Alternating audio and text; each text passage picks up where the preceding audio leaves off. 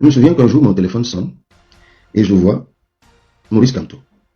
Et je décroche, un jour, on se fait des civilités. Et il me dit, il faut qu'on se voit. Je dis, ben ok, je viens vers vous. Et je me déplace, je vais chez lui, à Santa Barbara.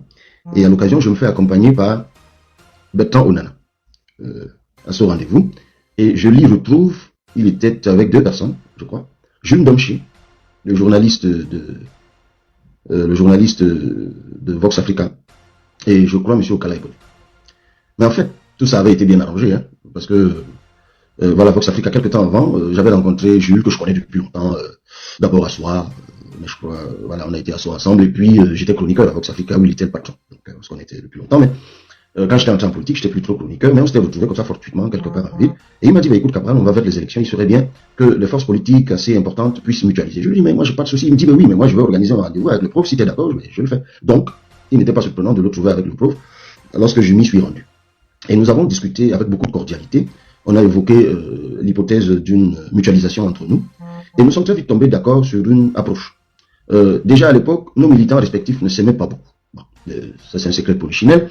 Donc nous nous sommes dit, pour amener nos militants à s'aimer, il faut qu'ensemble nous posions un certain nombre d'actes sur le terrain. Et au moment où on s'est même vu, on n'avait pas encore convoqué le corps électoral. Mais ça s'est passé quelque temps juste après. Et dans notre feuille de route qu'on avait arrêté ce jour-là, il était question que nous allions sur le terrain ensemble, mobiliser les gens à s'inscrire sur les listes électorales, que nous organisions en tout cas un certain nombre d'activités dont je crois qu'on avait arrêté la liste.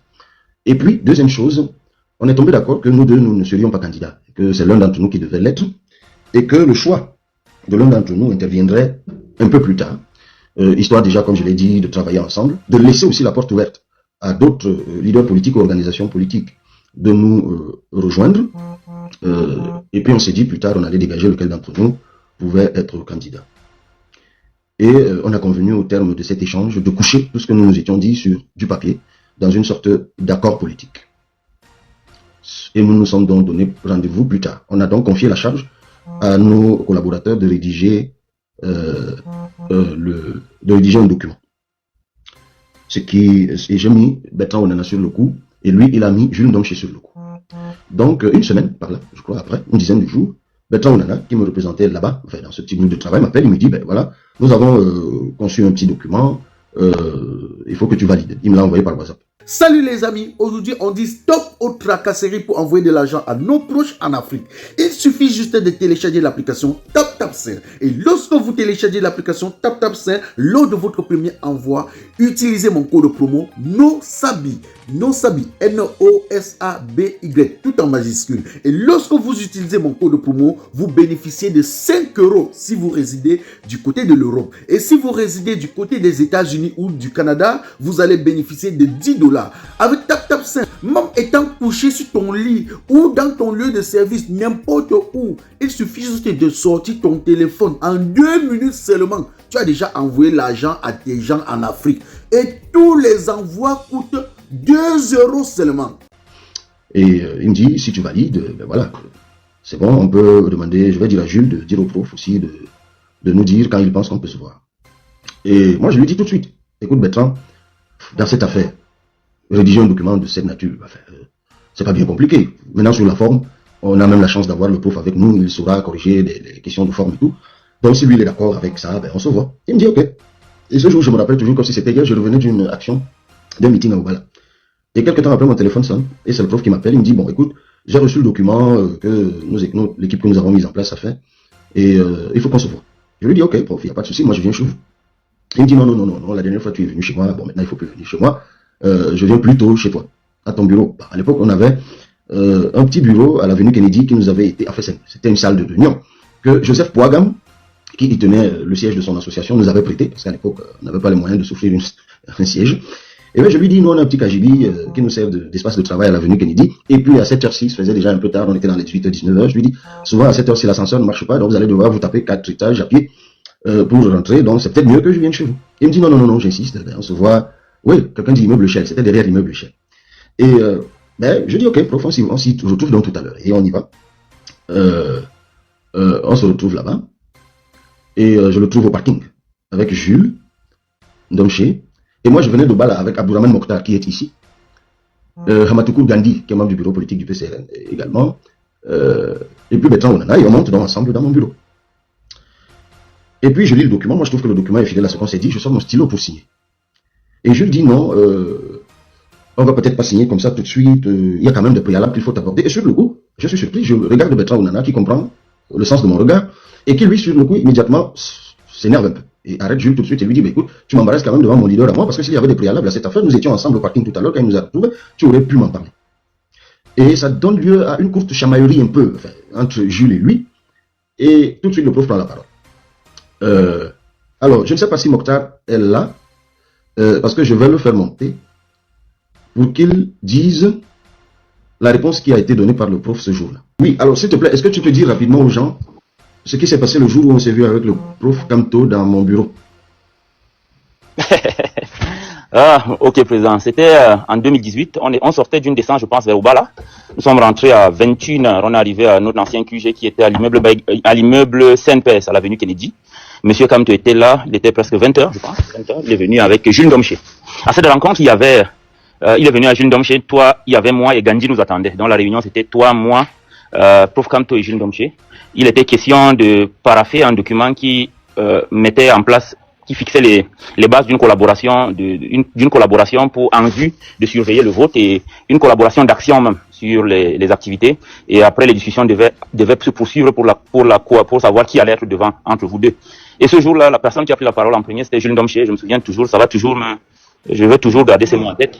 Il a dit, avant même de parler de ça, il faut d'abord parler du contrat. Le contrat, vos équipes avaient travaillé sur ce document, avaient envoyé à l'équipe du professeur et jusqu'à arrêter la mouture définitive qui avait été acceptée par les deux camps. Donc ce soir-là, il était question de relire le document et de signer le document et officialiser. Quand le prof Kamto est arrivé, il a pris le document, il a lu, il a dit qu'il y a quelques erreurs et vous lui avez dit, bon, c'est lui le prof, s'il trouve qu'il y a des erreurs, ça, on peut rien faire. Il a barré complètement le document, il a dit non, il y a des erreurs, on peut pas travailler avec ce document-là. Et d'ailleurs, c'est même pas pour ça qu'il est là. Il faut qu'on discute d'autres choses. C'est là où Jules Domché prend la parole. Il nous dit, Cabral, tu n'as pas la technologie pour renverser le régime de Yaoundé. Nous, on l'a. Viens, tu t'alignes derrière nous. Arrêtons tout ce cinéma. Aligne-toi. Et on va voir comment les histoires de collaboration, signature, tout ça, ça nous perd le temps. Nous, on pense que tu dois t'aligner derrière nous et on va travailler ensemble. Et la réponse a été, ce jour, pour l'anecdote, moi, je voulais m'enflammer. Le président m'appuyait la cuisse, que calme-toi. Tu es dans une réunion de haut niveau. Tu ne dois pas tenir certains propos. Donc, je me suis calmé. J'ai rien dit. Et après, Jules Domché, le prof Kamto a pris la parole pour dire la même chose, dire que non. Lui, il pense vous deviez vous voir quand il a annoncé. Il y a eu beaucoup d'appels téléphoniques, il y a eu un buzz terrible autour de ça. Donc, à partir de là, il considère que vous êtes quelqu'un d'important. Moi, la question qui m'était venue en tête, c'est avant, est-ce qu'il ne considérait pas qu'on était important? Mais bon, ça, c'était mon avis.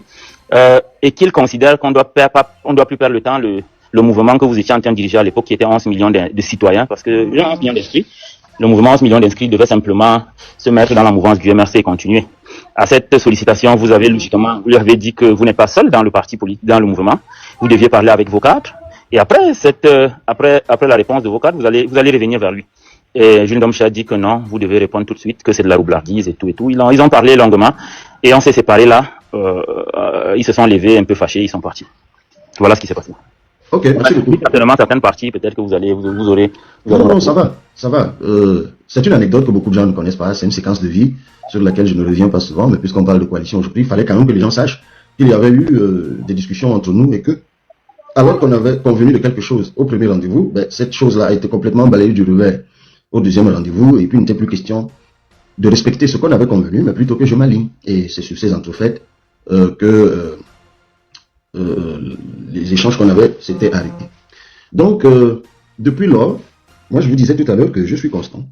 Je suis resté constant, j'ai toujours pensé que il faut mutualiser. Mais il ne faut pas non plus faire de la coalition et de la mutualisation un fétiche. Absolument pas.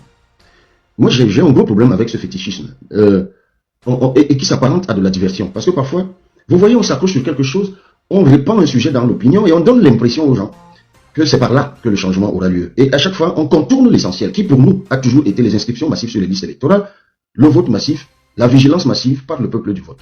Salut les amis, aujourd'hui on dit stop aux tracasseries pour envoyer de l'argent à nos proches en Afrique.